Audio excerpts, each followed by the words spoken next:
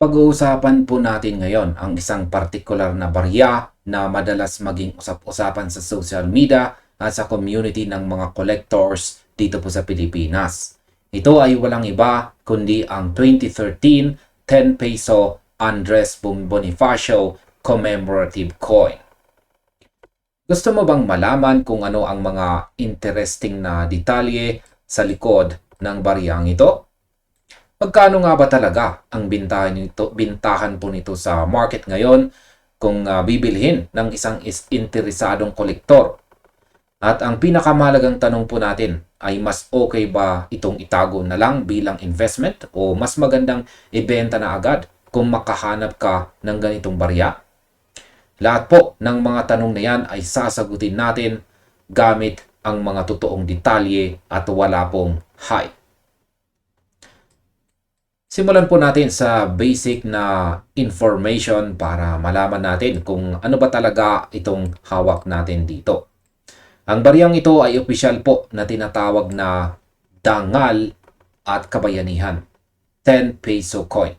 Inilabas ito ng Bangko Sentral ng Pilipinas noong pong December 18, 2013. Ginawa ang baryang ito para sa isang napakahalagang okasyon. Yan po ay ang pag-alala sa ika-150th anniversary ng kapanganakan ng ating bayani na si Gat Andres Bonifacio. Kung titingnan po natin ang pisikal na anyo nito, ito ay isang bimetallic coin. Ibig sabihin, binubuo ito ng dalawang magkaibang metal. Ang gitnang bahagi nito ay gawa po sa nickel brass, kaya kulay ginto ang gitna.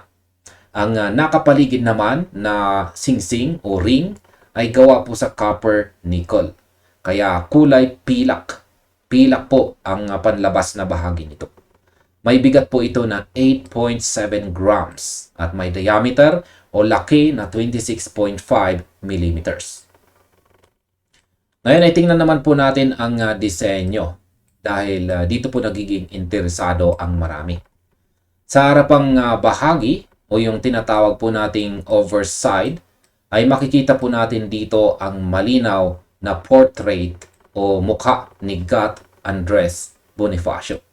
Yan po.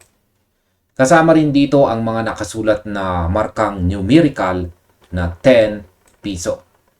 Dito po yan. Ang text na Republika ng Pilipinas, yan.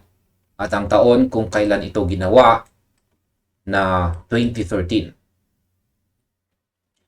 Ngayon ay huwag po kayong malilito sa karaniwang 10 peso coin na gamit natin araw-araw dahil magkaiba po ang disenyo ng mga ito. Dito naman po tayo sa likod na bahagi o ang reverse side. Dito mas marami pong detalye ang inilagay ng BSP. Makikita mo rito ang opisyal na numista seal at ang sikat na Bonifacio Monument na matatagpuan po sa Caloocan City. Yan, dito po yan.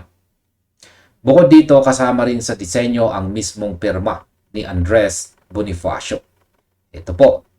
May mga nakasulat din dito na 150 years. Ang mga taon na 1863 to 2013. At ang mismong tema ng anibersaryo na dangal at kabayanihan. Dahil sa mga disenyong ito, masasabi nating napakaganda talaga ng sining na ipinakita sa baryang ito.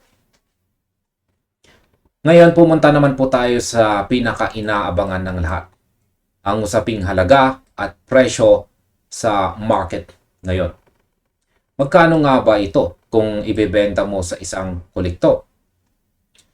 Una, dapat nating linawin ang tinatawag na circulation value bilang legal tender o opisyal na pera na inilabas po ng Bangko Sentral ng Pilipinas. Ang baryang ito ay may halaga pa rin na eksaktong 10 pesos sa mga pang-araw-araw na transaction. Ibig sabihin, kung ibibili mo ito ng tinapay o ibabayad sa jeep, tatanggapin ito sa halagang 10 pesos. Ngunit, paano naman ang numismatic value o ang halaga nito para sa mga coin collectors? Dito na nagkakaroon ng iba't ibang opinyon ang mga tao. Kaya ilatag natin ang totoong sitwasyon. Para malaman po ang tunay na halaga ng isang barya, kailangan nating tingnan ang tinatawag na mint volume o kung gaano karaming piraso ang ginawa ng BSP. Para po dito sa 2013 Andres Bonifacio 10 peso coin, ang kabuang bilang ng ginawa ay umaabot po sa 10 million na piraso. Uulitin ko mga kabarya, 10 million pieces ang kabuuang mint volume nito. Dahil po sa dambuhalang bilang na ito, hindi po natin maituturing na bihira o rare ang baryang ito. Dahil marami po ang pinalabas na ganitong barya sa sirkulasyon, ang mga piraso na nagamit na sa araw-araw na transaction o yung mga gasgas na, madumi o kupas na ang kulay na tinatawag nating circulated condition ay sa pangkahalatan ay wala pong dagdag na patong o premium. Ibig sabihin kung ang hawak mong barya ay galing lang sa sukli at halatang gamit na tulad ng nakikita natin dito, ang halaga po nito sa mga seryosong kolektor ay 10 pesos pa rin o halos walang dagdag. Ngunit may exemption po o penge dito. Kung ang hawak mo naman ay ang tinatawag na uncirculated condition, ibang usapan po ito. Ang uncirculated coins ay ang mga bariyang direkta mula po sa BSP. Hindi pa nagagamit sa kahit anong pamimili, walang gasgas at napanatili ang original po nitong kintab at ganda mula ng image ito.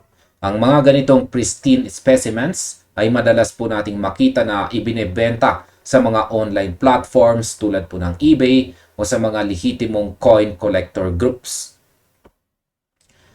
Para po sa mga uncirculated coins, maaari itong makakuha ng kaunting patong o modest premium mula sa mga collectors na interesadong makompleto ang kanilang koleksyon para sa 2013 10 peso Andres Bonifacio 150 years commemorative coin.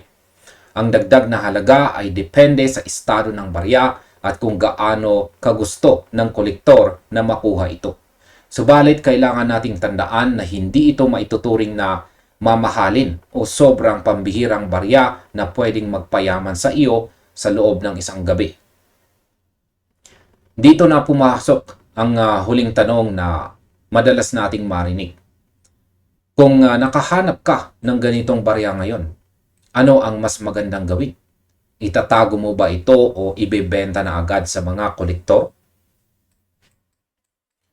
Kung ang layunin mo ay kumita ng malaking pera ng mabilisan, baka madismaya ka dahil tulad ng nabanggit natin, hindi ganoon kataas ang premium nito dahil po sa 10 million mint volume nito. Kung ibebenta mo ito sa kasalukuyan, lalo na kung circulated condition, baka masayang lang ang oras mo sa paghahanap ng bibili sa mataas na halaga. Kung ako po ang tatanungin, mas okay na itago o i-keep mo na lang muna ito kung nakatagpo ka ng maayos na kopya. At ang tanong ay bakit? Dahil ito ay isang commemorative coin na nagpapakita ng kasaysayan ng ating bansa.